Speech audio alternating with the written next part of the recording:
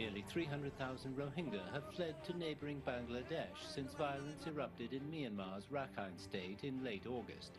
What caused the violence in the province? Myanmar's state councillor, Aung San Suu Kyi, has come under increasing pressure from the Western media because she has denied there is ethnic cleansing of the Rohingya Muslim minority in the country. Is Aung San Suu Kyi fostering Rakhine violence? The Arakan Rohingya Salvation Army announced a one-month unilateral ceasefire on Sunday, urging Myanmar's army to lay down weapons as well. But Myanmar's government rejects the truce. How will the violence in Rakhine develop? The UN Secretary-General Antonio Guterres expressed concern that the violence in Rakhine could spiral into a humanitarian catastrophe. I have written officially to the President of the Security Council to express my concern and to propose various steps to end the violence and address the underlying causes of the crisis. What can the outside world do to help Myanmar resolve the sharp confrontation in Rakhine? Chindo, what do you make of the latest in Myanmar, where the glow of a laureate of a Nobel Peace Prize, Aung San Suu Kyi, must have been given a devastating blow? Well, obviously, she's in a very difficult spot because of, on the one hand, she enjoyed this high profile internationally as this peace laureate, and a lot of expectations on her to do something to, say, alleviate the situation of the Rohingya people and also the crisis. On the other hand, she is the head, she's the de facto head of this Myanmar, the country, and also I think it's very difficult for her to go against the popular will of the people, which is actually very much against Rohingya people here. Well, Chindo used the phrase a popular will of a majority, but what are those majority people? Well, this really is a case of a tyranny of the majority. You have this ethnic minority is Muslim, and 1 million of them in Myanmar. That is correct, but it is, and in that province, very large percentage in Rakhine. They have been persecuted for decades, and you have had cycles of violence, and you also have they're stateless because the Rohingya people are not considered citizens of Myanmar, former Burma. The laws go back and say if you can't prove you were there in 1823, you can't become a citizen.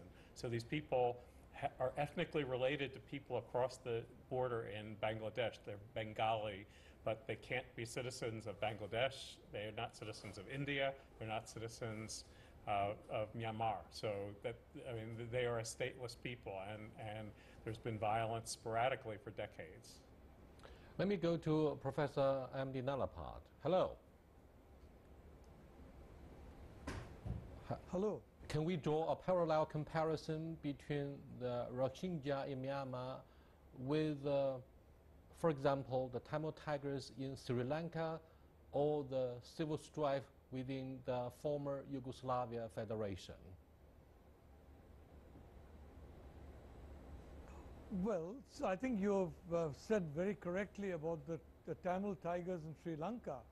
This was a terror group that frankly hid behind the Tamil population.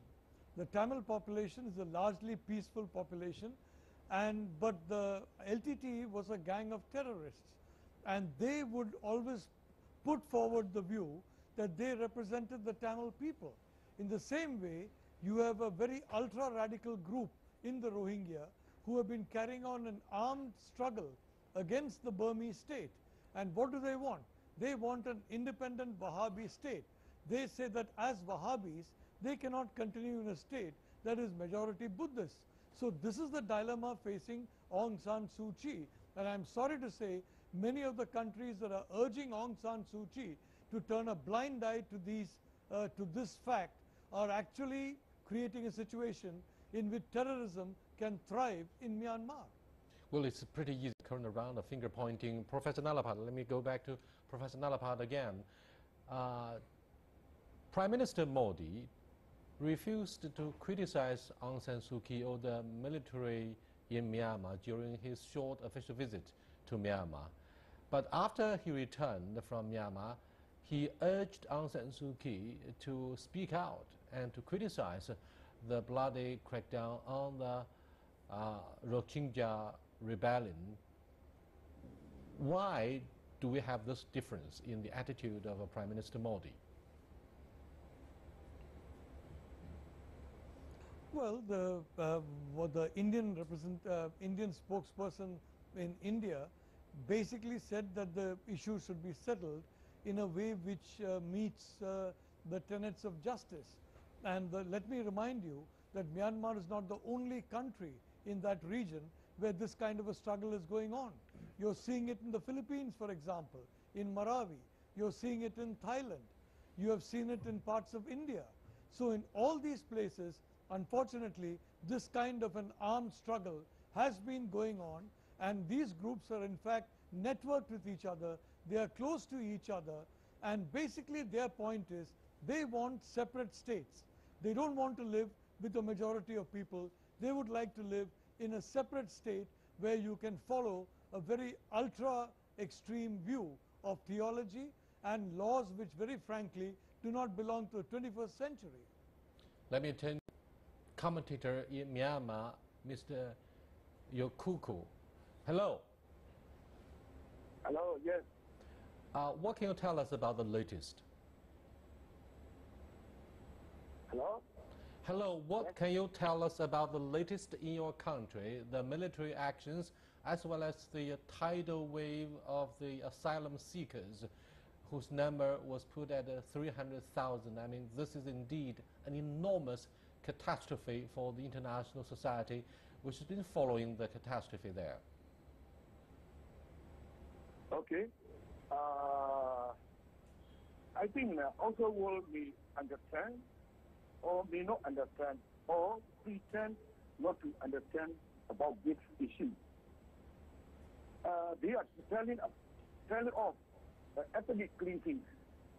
Before I make a point to say no, I'm sure that putting the word ethnic cleansing is initially wrong, because they are not our ethnic. How can you say this is ethnic cleansing? This is not the ethnic issue. This is not religious issue.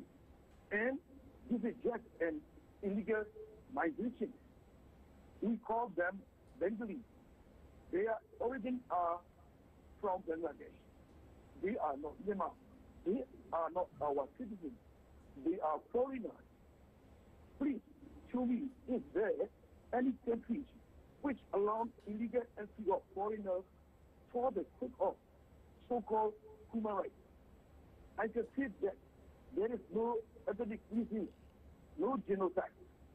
This is anti-terrorist action. This is a counter to terror acts. Thank you so much. Please. Thank you, Yokoko, for being with us. Well, obviously, what he says reflects their understanding about the national identity of Russia. They don't call them the citizens of Myanmar, but just Bengali. Bengali. Yeah. Well, this has caused a lot of debates, not only in Myanmar, but for those who observe the political process there. What do you think of the plight of the Rohingya? Are they really Bengali?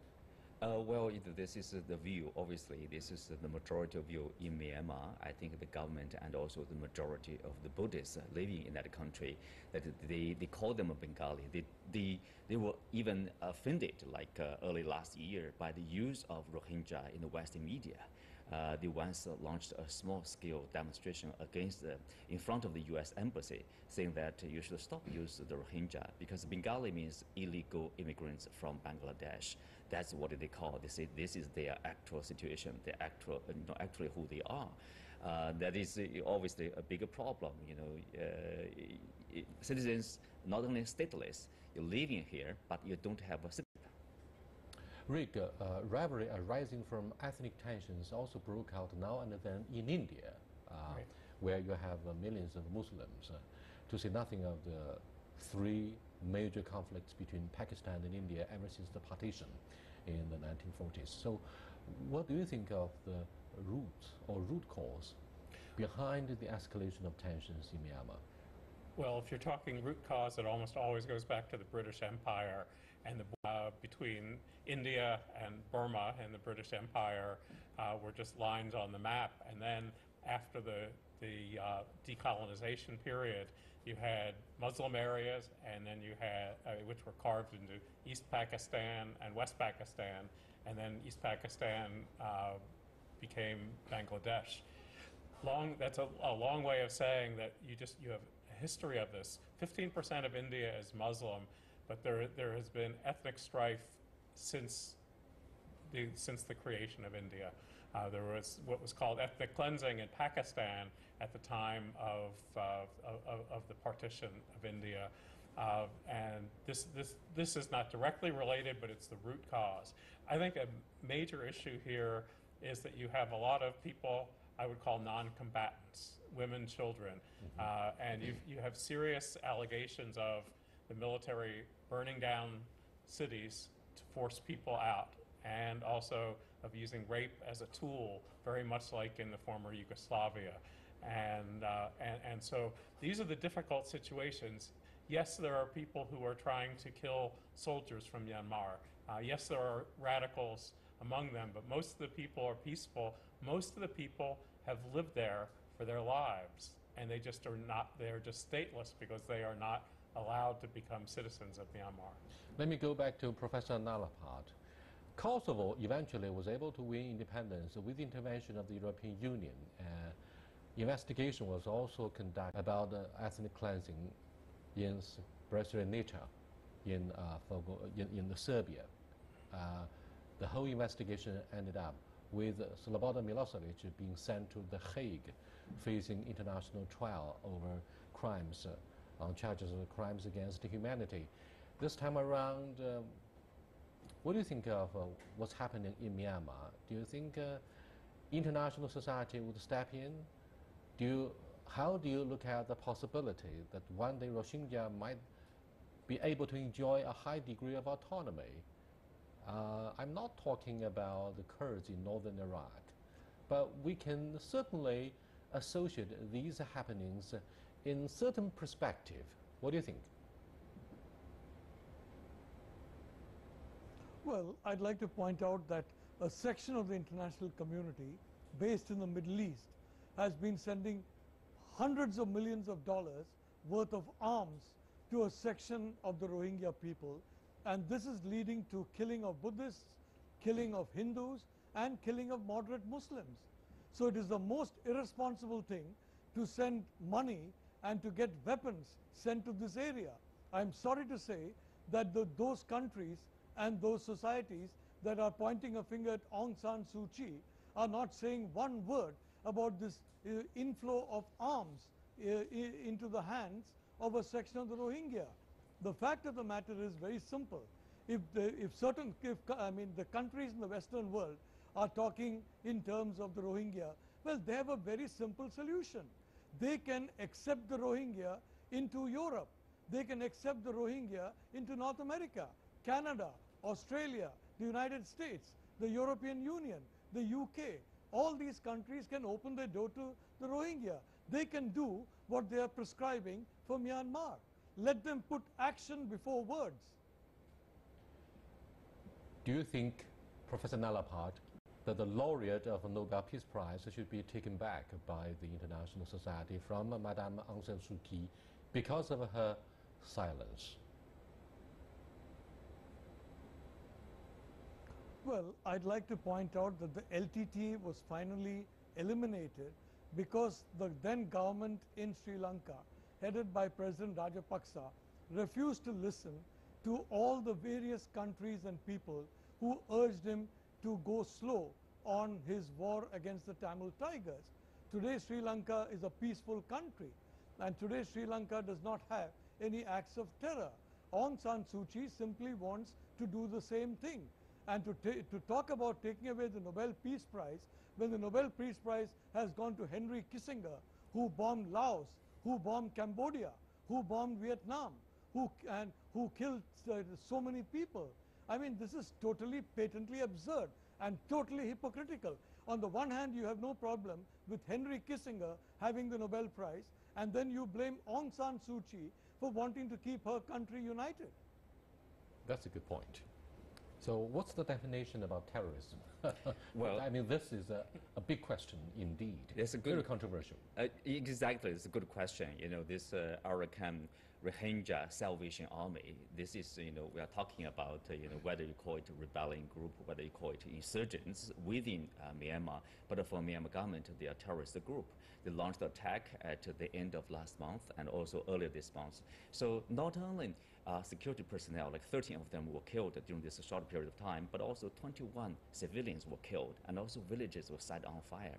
So basically, this is a very chaotic situation. You have government troops cracking down on this, whatever you call it, insurgent or terrorist group, and also you have civilians joining the government troops or joining these radical groups fighting each other. And probably they are setting fire on each other's homes. So this is, yes, if you look at the toll, the death toll, the majority of them are Rohingya people, and I think most people would agree with that. But still, a certain percentage of people are local Buddhist group of people. What's the current relationship between the American government and Myanmar? The American government has, I would call it a neutral relationship. It's not really ally, it's not enemy. During the period of Barack Obama, he actually went to Myanmar, the first American president. But Obama naturally would definitely go there because Right. of the same title of Nobel Peace He was, Prize. and he, Yeah, he was the winner. Well, and he was sending a message to Aung San Suu Kyi. But even in the Trump administration, the United States has laid back somewhat. You have not seen the criticism of Aung San Suu Kyi. I think I've heard much more come from Europe, much more come from Britain than from the United States. I think the United States would like to see less violence, but is not. But because of the war on terror, is not going to condemn the government of Myanmar and say you shouldn't fight terrorists. They will just call for moderation. But what should be done next to bring an end to the mistrust and the surrounding violence? Question number 2 is, how would the international society respond to the crisis of humanitarian, disasters? Those refugees in their thousands definitely need humanitarian relief efforts. That's for sure. I think the international community should focus on one hand, to provide this necessary material relief, materials to these refugees locating now mostly in Bangladesh. Bangladesh is facing this pressure, population pressure and economic pressure, and also sometimes security pressure. At the same time, I think ultimately it's a problem of Myanmar. They have to find a reconciliation process, basically, to bring the two people, understand each other, building the trust. I'm not sure about the collective attitude of ASEAN, the regional bloc. However, Malaysia seems to be one of the first countries that reached out to the victims of the current violence in Myanmar. They've sent tons of humanitarian food to Bangladesh to help and assist with those victims. What do you think of, what do you think should be the proper response from ASEAN? Well, ASEAN needs to be involved. I understand why Malaysia did it. I understand why Indonesia because or of the Muslims. Philippines. Exactly. Malaysia, Indonesia do not want to see Islamic radicalism. They don't want to see mass burnings of villages, mass rapes being used as recruiting tools for people who will be terrorists in their own countries. Also, you have a almost completely Muslim country, Bangladesh, that is very poor, and Bangladesh can't afford to absorb the costs of the refugees. So the other countries nearby that have more in terms of the ability to pay really do need to step up. And it shouldn't just be the Muslim majority countries. This is a humanitarian disaster that transcends religion. The Pope spoke about this weekend, and he spoke very strongly, saying these people are not Christian, but it is our Christian duty to help them. Professor Nalapad, the Rohingya army has called for a 1-month ceasefire with the Myanmar military, which was ruthlessly turned down. But what about the motorcade of humanitarian relief that needs to be delivered to the refugees?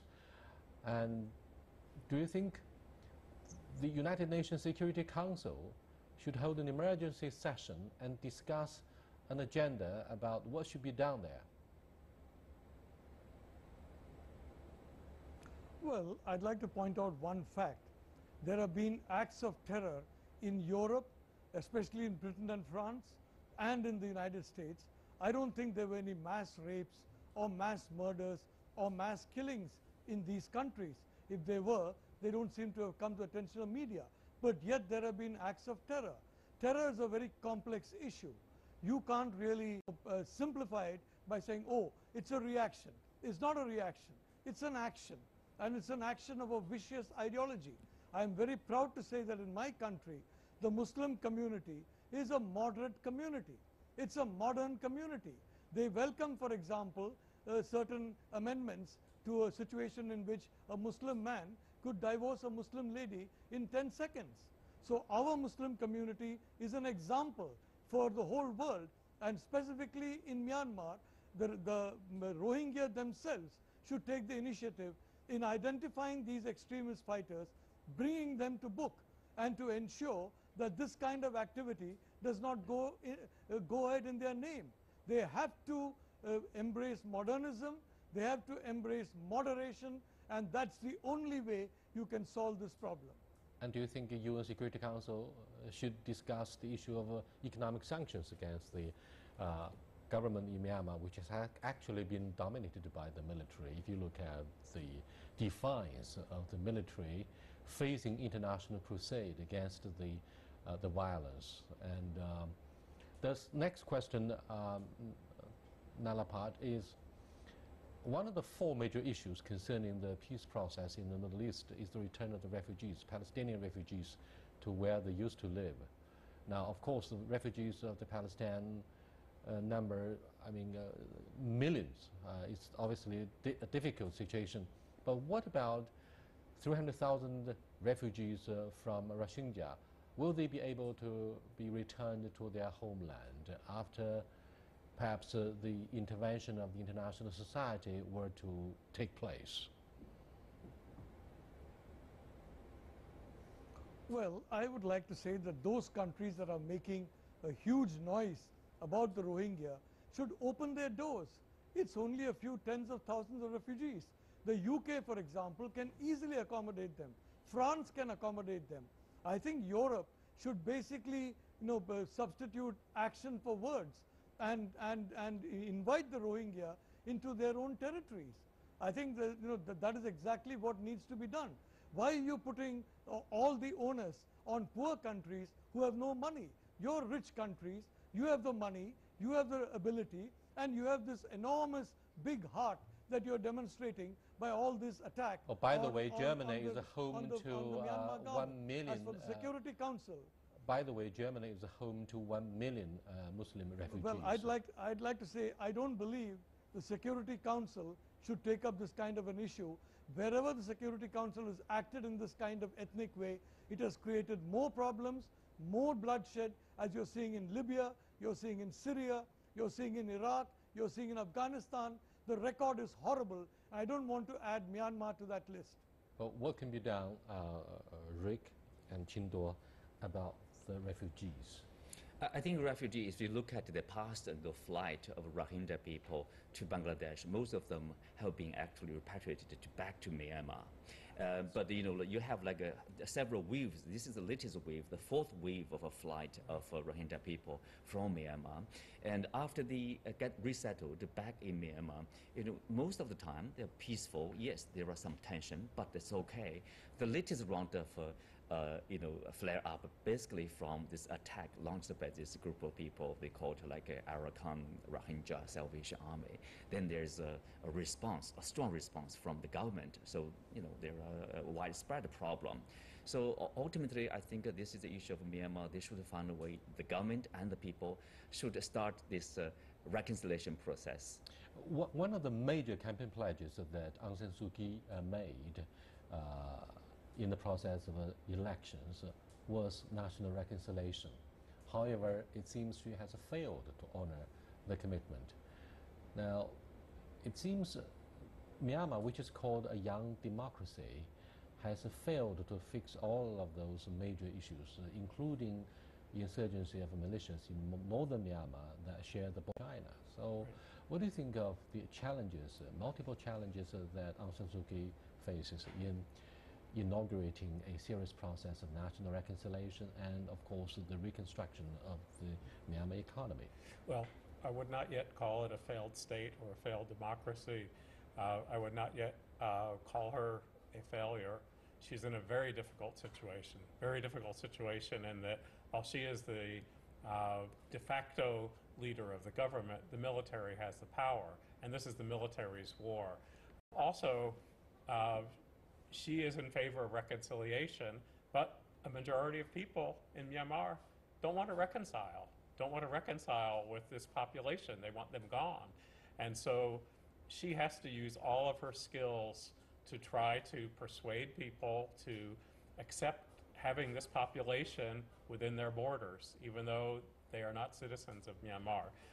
And also at the same time, she can't force the military's hand, which could lead to a military coup, and then you would be back to the situation of Myanmar and Burma before democratization. So she got to weigh very carefully which is the lesser evil. Well, exactly. And if she, I mean, for her party, you have to calculate the political prices. If you go against the popular will, you will face the vulnerability of being voted out. And also, are you talking about an invisible coalition between the military and the Buddhists? I would the government more or less reflects the will of the people, including those probably quite nationalistic Buddhists in that country too. And Aung San Suu Kyi and her party, now in the ruling position, if they act against somehow being seen like against the national interests, they would be seen as like betraying this nation. That would be disaster for the next election, right? And Buddhists are no more the same than all Muslims. There are some radical Buddhists, there are some ultra-nationalists, but most of the Buddhists there are peaceful and welcoming. And so I think we really can't make it a pure religious issue. I think it more has to do with nationalism and ethnic identity than it does all Buddhists being the same. Professor Nalapat, in your conclusion about our discussion, what do you make of the future of Myanmar?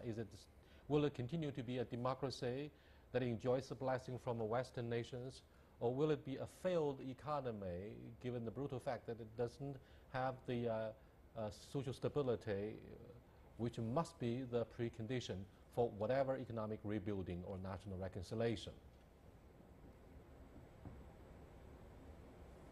Well, we know Aung San Suu Kyi very well in India. She was living here for a long time, including in her young days. She's a woman of steel. She's got very strong principles. She's a very patriotic individual. And I am very certain that the resources that Myanmar has got, Myanmar will progress and go ahead. The problem is that the Rohingya community has to understand its enemy is not the Buddhist population. Its enemy is not the Hindus. Its enemy are the Wahhabis in their midst. And throughout the world, we have this problem. If you're looking, for example, at India, from 20 million, Muslims have peacefully developed to 168 million. In Pakistan today, the minorities are less. Thanks a lot, Professor Nalapat. Time is running out. Well, today we commemorate the anniversary of September the 11th terrorist attacks. However, it's very difficult to give a clear definition about terrorism.